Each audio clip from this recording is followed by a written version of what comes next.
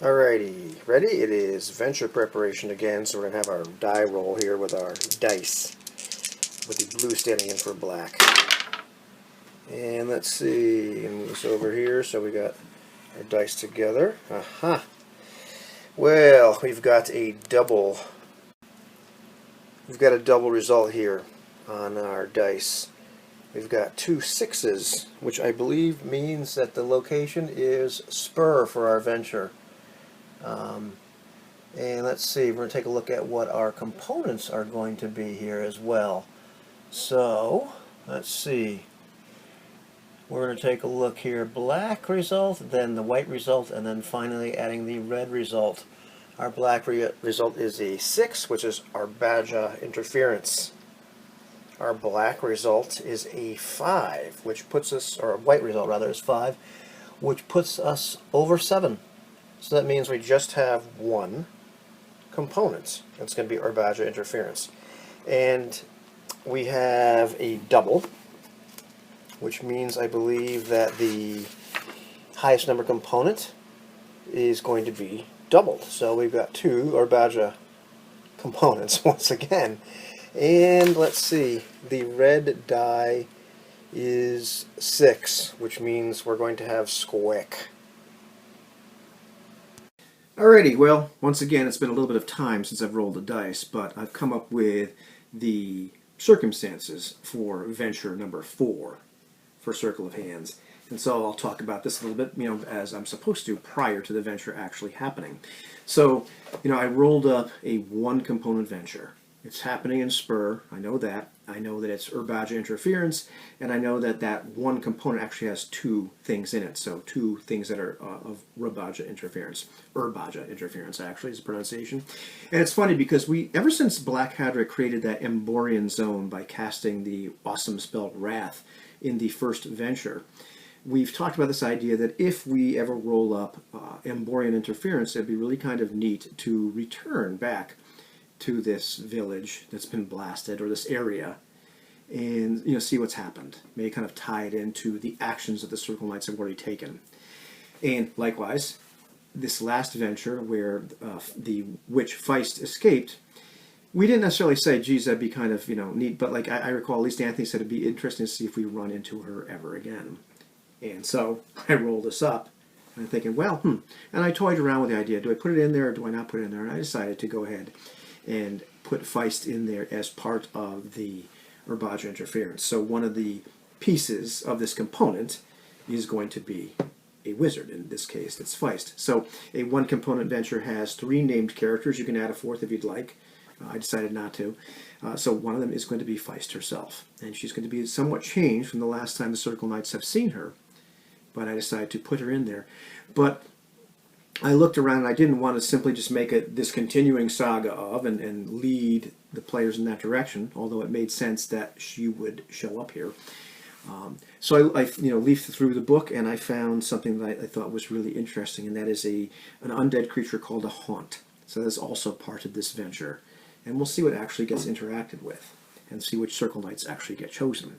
So the area that we're going to be in is in Spur, very close to the area in Temerian where they had their last venture. So it's kind of this border of Spur and Rolcade, not so far from Temerian. It's in the mountainous area of Spur rather than the coastal area of Spur. And the village itself is called Hildburg, which sort of loosely means Battle Mountain. And it's in Spur. It like I said, it's set in the mountains. It's very, very defensible. It's an ideal location. It's clearly foolish to attack. Certainly any characters with any sort of martial background. Although the Circle Knights have martial background. But, if there's a member of the gentry, if there's somebody that has low martial experience, but definitely high martial experience, or as a profession, would instantly, know which role needed, just be able to look and say, this is a perfect setup. You could not get better than this.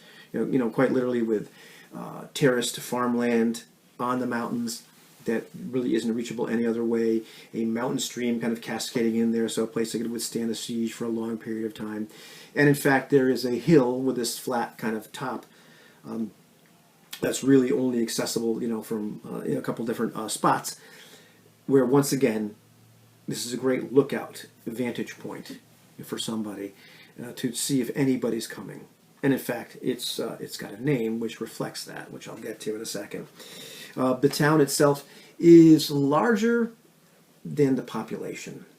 And despite the fact that it's really defensible, you can see, or somebody could see if they look hard enough, the signs of several attacks. You know, like the village in the first venture, this place has been attacked multiple times, not successfully, but you can see the ravages of multiple attacks, which is kind of odd. And this large hill with a flat top, their guides, I'm going to start the venture after they've been there for a while, but you are supposed to narrate what happens on your way there. You narrate arrival, you know, as a game master. So the idea, as they pass this large hill with a flat top, you know, the guides from that area will kind of cross themselves, will hex themselves a little bit, and won't give any other explanation other than the place is cursed, because you don't really interact or you know, have a role play at that particular moment. Just say that the guides have told you this place is cursed. So that's what they're going to see coming in. The other thing they're going to see coming in close to the village are 3 people still alive on the pole. And I'm not going to go into detail what the pole is, but you get killed on the pole very slowly. And some other dead people, but these people like actually literally beg to be killed, and they've been on the pole for several days. They're just about dead. And it will be explained that they are people from a recent attempt to raid the village. A very foolhardy attempt, but there you have it. So that's the things they're going to see coming into the village. You know, other than that, you know, what will they notice? Should they tend to look and should they tend to be of the social strata or class to notice these things? They're going to notice that the people all look well fed. They all look, you know, to be in good shape. There's some people that show signs of injury from battle, but the people aren't malnourished, they're not starving, but they all kind of have this haunted look. It's a place that clearly something's wrong. The people do look on edge and uneasy and have a haunted look in their eyes.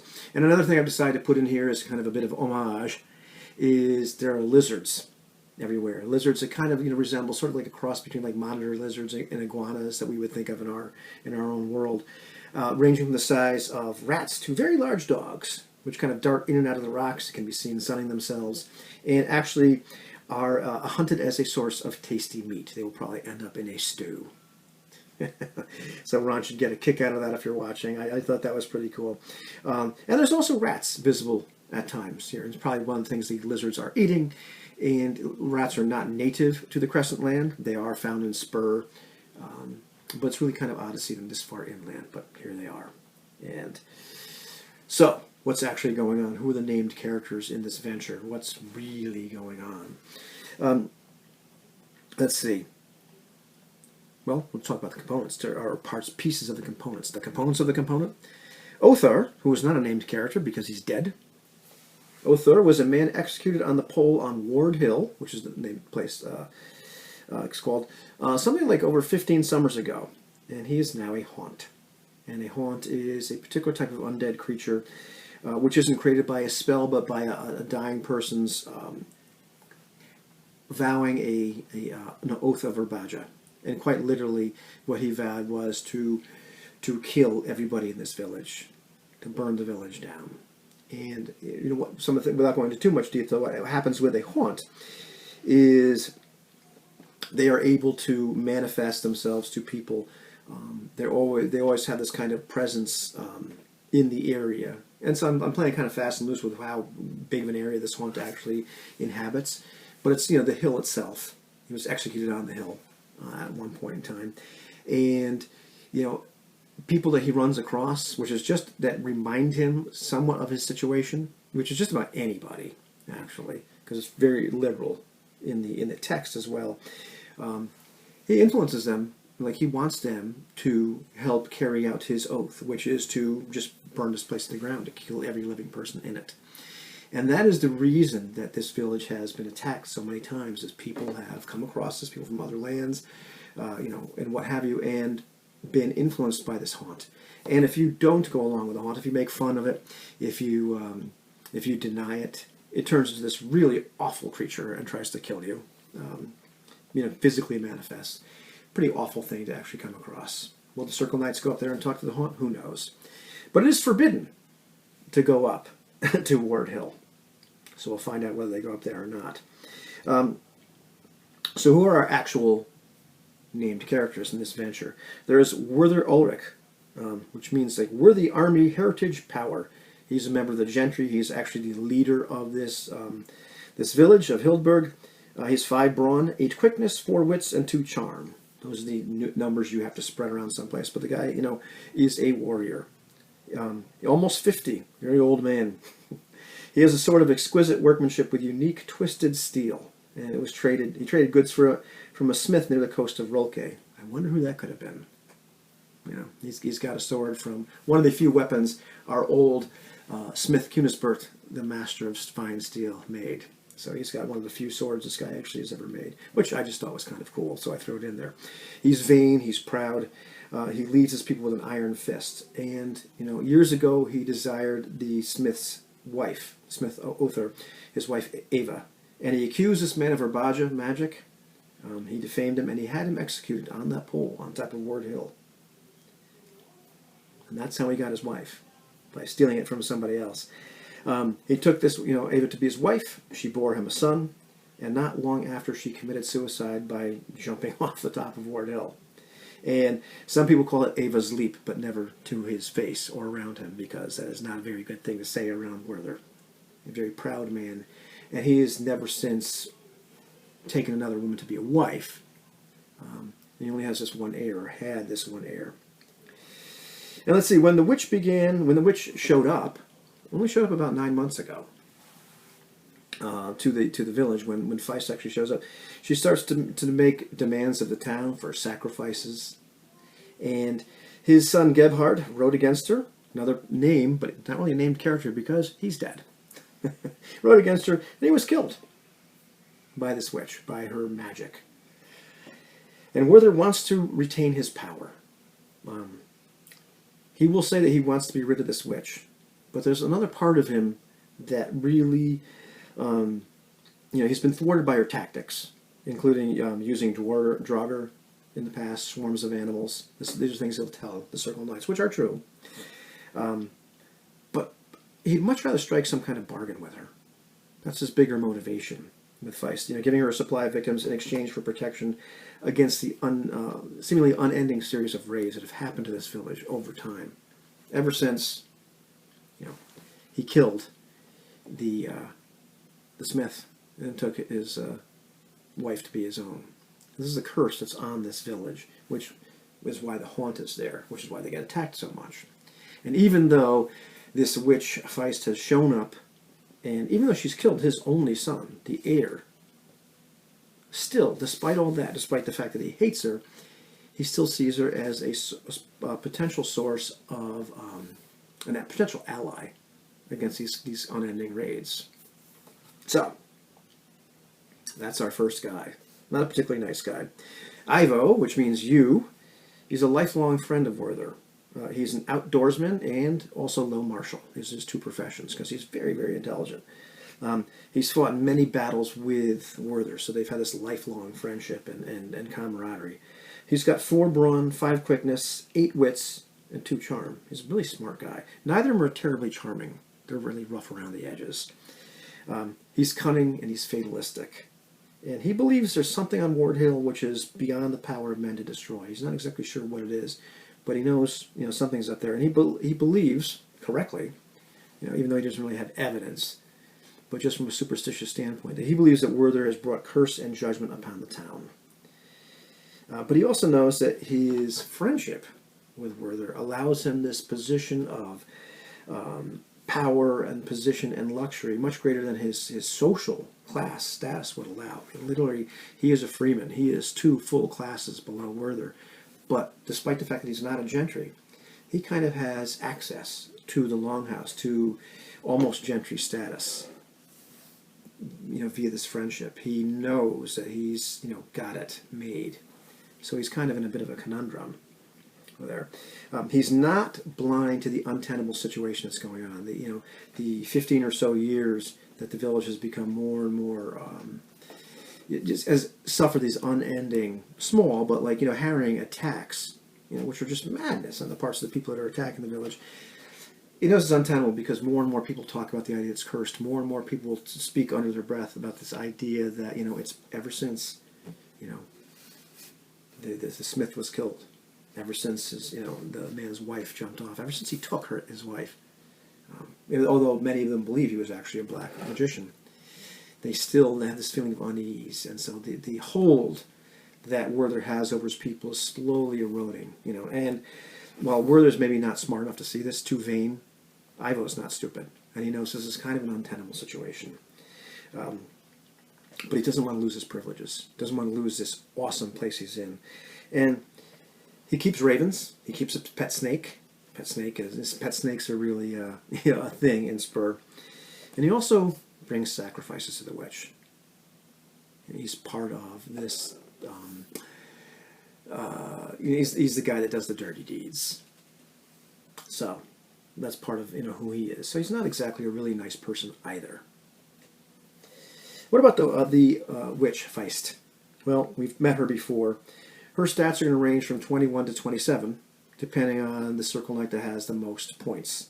And let's see, her old stats were Brawn 8, Quickness 6, Wits 4, Charm 8. So they're probably going to be relatively similar. It probably might be, vary within a point or two.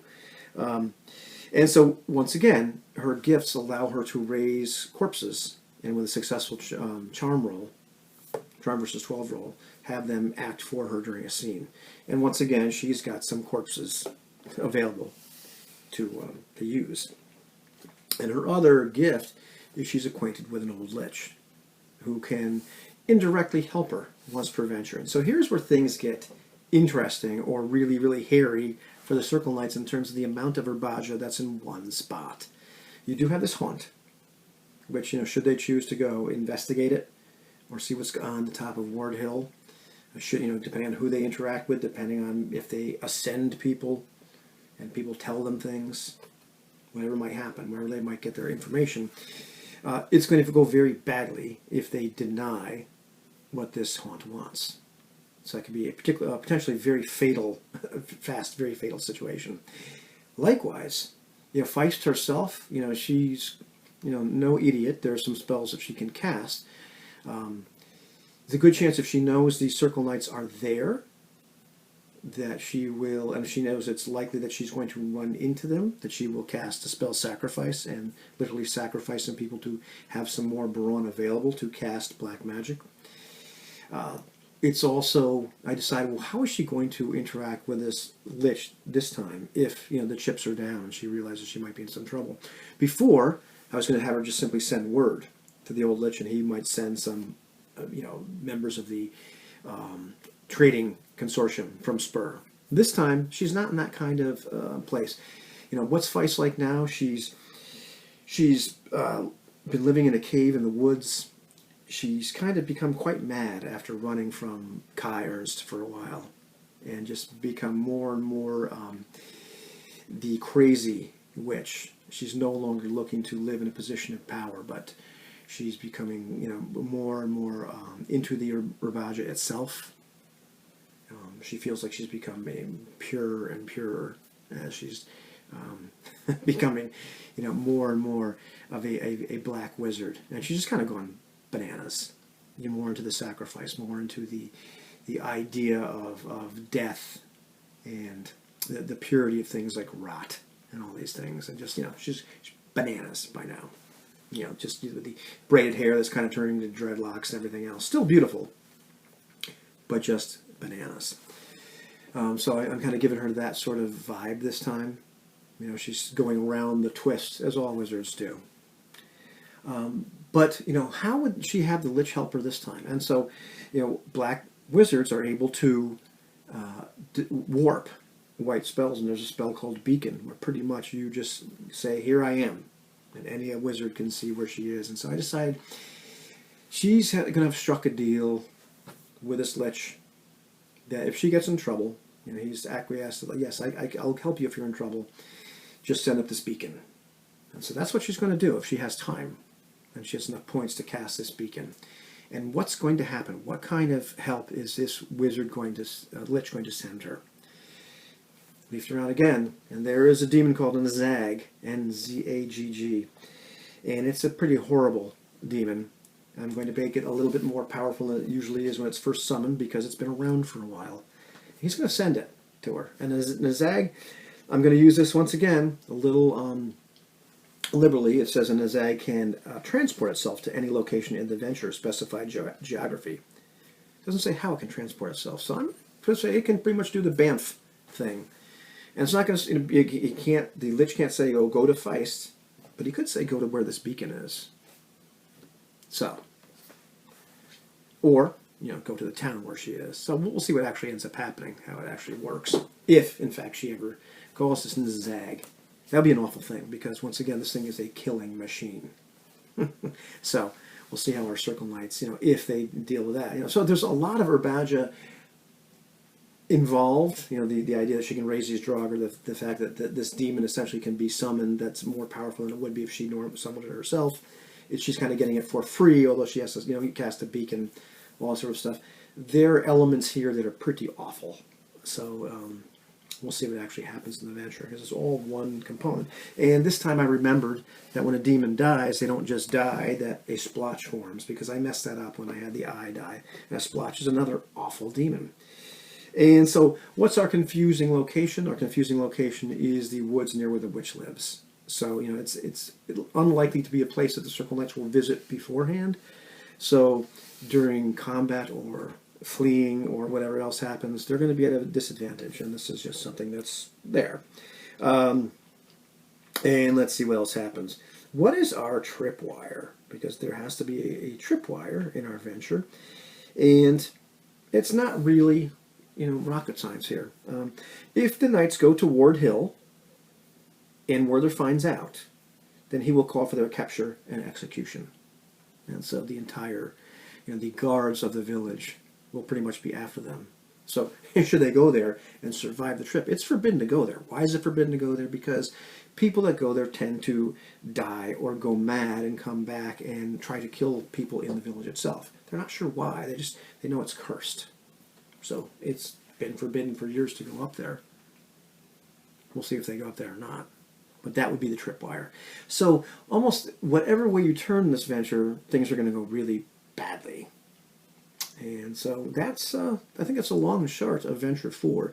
It's a pretty awful thing. The squick element really is the most I'm bringing in here is really the fact that these people are kind of willingly giving up, like children and other people in the village, for sacrifice to this witch. To just the horror of the fact that they kind of know this is what's going on, and they're powerless or helpless to stop it. And some people believe, rightly, that their chieftain is actually in on this, and he's not just giving her these people out of fear, but it's more out of almost in collusion, in trying to get her to join him and help repel these constant irritating attacks. So, pretty awful place. We'll see what happens.